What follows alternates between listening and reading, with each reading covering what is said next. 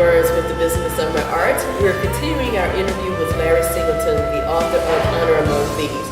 Now, Larry, the last interview in part one, we were talking about Honor Among Thieves was published, and then you said something happened and you had to re-release it. So let's talk about who did you publish with, if you can share that. Black Rose Writing. And how did that come about, and then what happened that created the gap that you had to re-release it? I originally released it through Black Rose Writing, and over the course of that contract, I was diagnosed with stage 4 Hodgkin lymphoma, and that kind of put a damper on the whole writing thing. So let's talk about that. Stage 4, obviously, anytime there's any stages with health, stage 4 is the worst, that's right? the most, and anything beyond stage 4 is... Right. So tell people a little bit about what that is. Is that a form of cancer? Is that, and how did you find out that you had it? It was things that I just took for granted. Like, I was working at the time, so I just attributed it to fatigue. Okay. But it lingered and lingered, then I started to lose weight, and not like at a serious rate. Now, eventually, time and time passed on. We went to the doctor and was diagnosed, and that process was a little under a year. Wow. So you go to the doctor, and they do a biopsy, and they say this is what's going on. What was the course of treatment? They were, by being in such an advanced stage, they were like, look, we can't drag our feet with this. We don't want to make any empty promises. This is very, very serious. We need to get you on chemo, as soon as possible. And that had to be scary. That was the scariest thing ever, because you're looking at, by the time it was diagnosed, it had already spread to 3 organs. Wow. So it's like... So here you are now. You're married, Yes. And your wife's name is? Nikki. And so I take it Nikki was there with you Every step of the way. Every step of the way. You have kids? Yes. So how old? My daughter Ariane is 12 and my son Larry is 21. And how did they take it? They were crushed. Yeah, I can only imagine that here their father is going through life-threatening disease, and so you go through chemo. And what's your attitude through all of this? I think I stayed pretty upbeat through it all, considering. Okay. And I'm sure you had some really bad days. You care to share? Yes, absolutely. What was that like? For everybody who has ever had the misfortune of having to go through chemo, it's the most draining process ever. Like, you imagine having a headache or breaking a bone or something. So try to imagine pain like on a cellular level. Throwing up? Everything. Couldn't eat?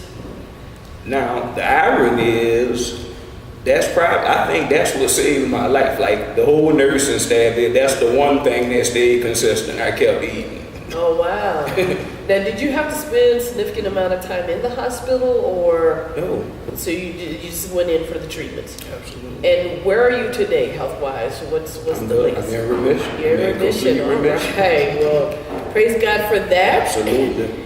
So you still decided, after all that, no one would fault you for just taking care of you and not worrying about a book or doing something that you love. What made you decide that I still want to get this work out there?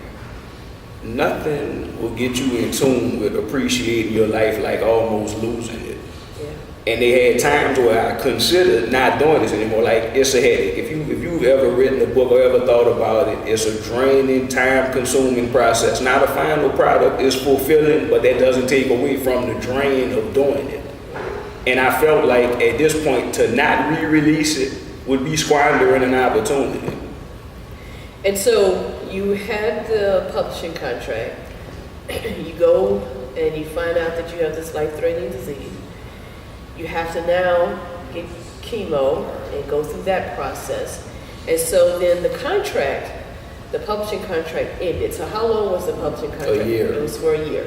And so unfortunately, part of that year was spent. You you taking care of exhausted. you. And so during the time that it was under this publishing contract, were they doing anything with the book? I know you couldn't, but what were their obligations? I think as an artist, as an author, you always feel like the label could do more. You know, I think that's just a natural part of it. So I don't think it's so much that they didn't do anything as far as their obligations. I feel like they did, I don't want to say as much as they could have done, but they did what they were obligated to do.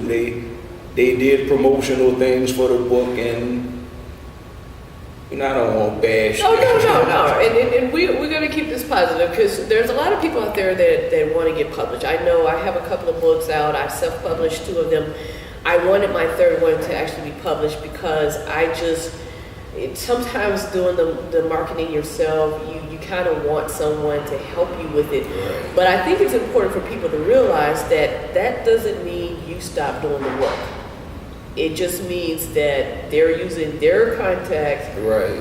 their expertise to help get you out there, but it doesn't mean that you go on automatic. And Right, and a lot of that was a part of the growth process for me because with my initial novel, I'm like, I wrote the story, like what else? Right, right. And so how did you find them or how did they find you? With Honor Among Thieves, Yes.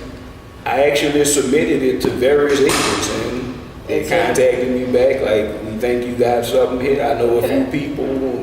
Excellent. Now, are they local here in New No, Orleans? based in Florida. Based in Florida, so that's really good. So you just sent letters out or just sent letters and Not said... even letters, emails. So you sent out emails, and did you send the full version of your book, or did you just send like the first? I want to say it was the first 3 chapters. The first 3 chapters, and you just said, "Hey, Larry Singleton, I think I have an amazing book. Can you check it Pretty out?" And much. someone did. And how many agencies do you think you sent Don't quote me, but if I remember correctly, I think it was 5. Okay, so 5. So it just says continue to do the work.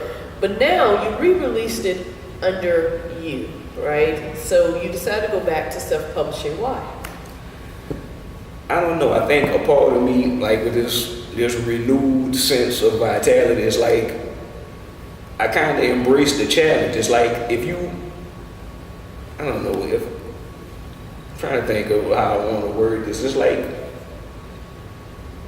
being signed to a publisher would be like almost like they're doing all the work. Like if you were signed to a major record label as a rapper, or as an R&B singer, or whatever the case was, just the tag of being able to be behind that shield, like Def Jam. You know one thing, that in itself guarantees that somebody will hear this song.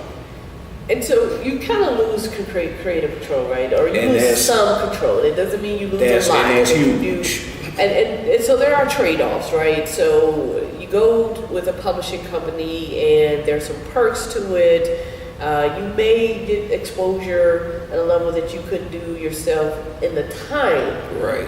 But you then lose part of that creative control and how you see things. So people have to make that decision what works best for them. So let's talk a little bit about you. So you said you're married, wonderful wife Nikki, couple of kids, a young daughter, a son. Who is Larry? Tell us a little bit about you. What do you do for fun? I don't know. You know me. I'm a big sports fan. So. And so all sports, right? Basketball and football primarily, but. Okay. Yeah. So who are some of your favorite teams? The Lakers and the Cowboys.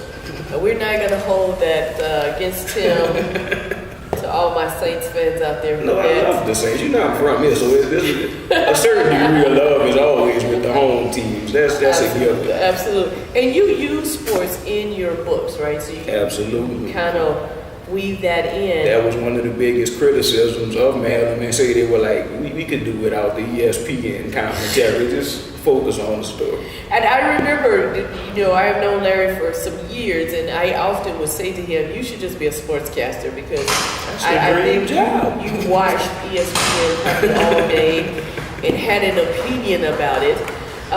So what's your favorite food? Steak.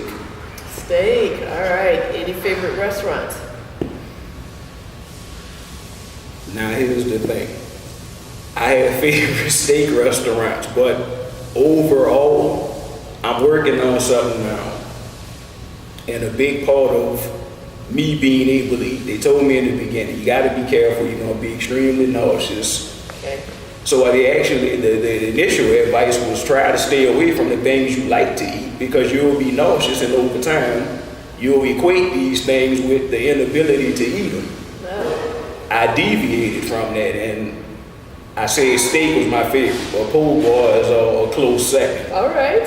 So over the past year, I would say Melba's is probably my favorite restaurant. All right. So do you have a favorite po' boy? Shrimp, roast Shrimp, beef? Okay, shrimp. shrimp. So you use a traditional, you drag it through the garden? Yes. And for those of you who don't know, drag it through the garden just means it has everything on it. Lettuce, tomatoes, you name it. Absolutely. All right. So tell us something about you that we don't know, that people may be surprised to hear.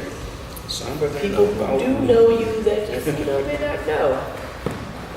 That's a good one, because I try to be as open as possible. Like I was recently asked why I don't use another name to write under, and I was like, when you search me, I want my fans to know me. I want you to know Larry. So you don't want aliases? No, not at all. Hey, I'm Larry. I'm not afraid or ashamed to put my... And people do aliases for different reasons. And I don't knock that. I understand the need for anonymity with so much of the world being wide open, especially with the internet. Everything is...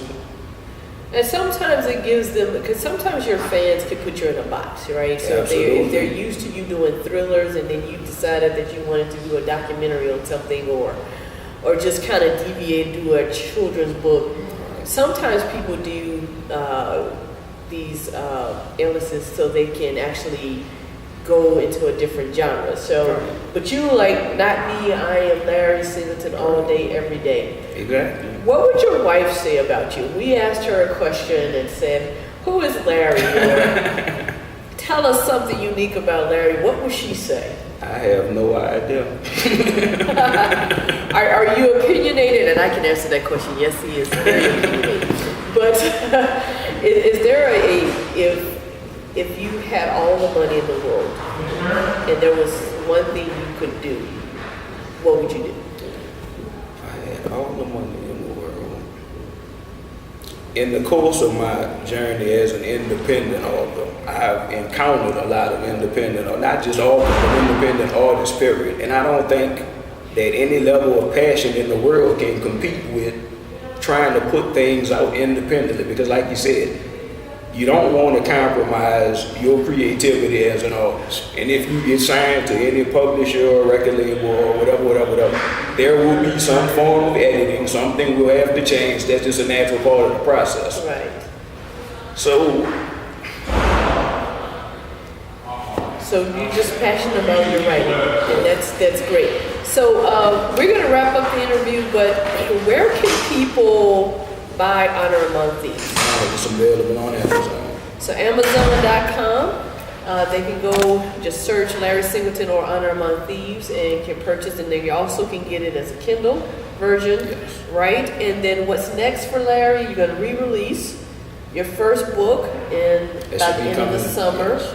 Honor Among Thieves, you're gonna just keep promoting this. Do you have any upcoming events, or would you like some upcoming events? And maybe there's some bookstores out there. What would that look like for you? What would you ideally like to see? Some book signings, definitely. All right. Just to get it out there, because again, at the risk of sounding arrogant, I think it's a great story. And so far, everyone that has read it, the reviews have been through the ceiling.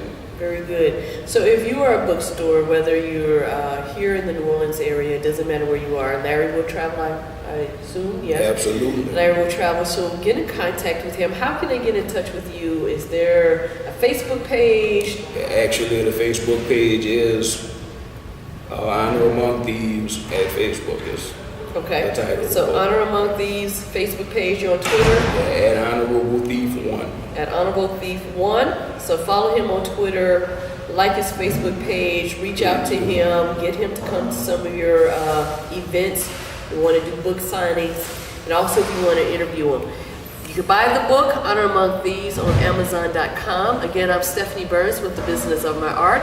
Like us on Facebook at The Business of My Art, and on Twitter we are Business of My Art, and Instagram hashtag The Business of My Art.